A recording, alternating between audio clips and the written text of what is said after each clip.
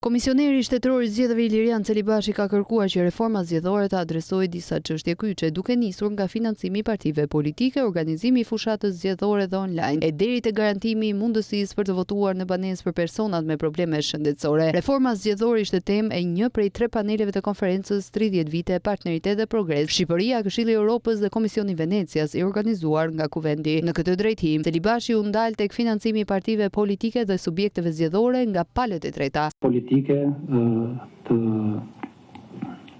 të vendosin të themi në mënyrë edhe në lidhje me këtë, do të mbajnë këtë formulë, nëse do të mbajnë këtë formulë, që mundet të jetë kjo formulë, ka nevojë për të përmirësuar shumë aspekte të organizimit dhe të funksionimit. Kështu sikurse është i strukturuar Komisioni Qendror i Zgjedhjeve, do të kalojnë tek modeli me një komisioner, por me garancitë propozitën mbi performancën e kësaj strukture.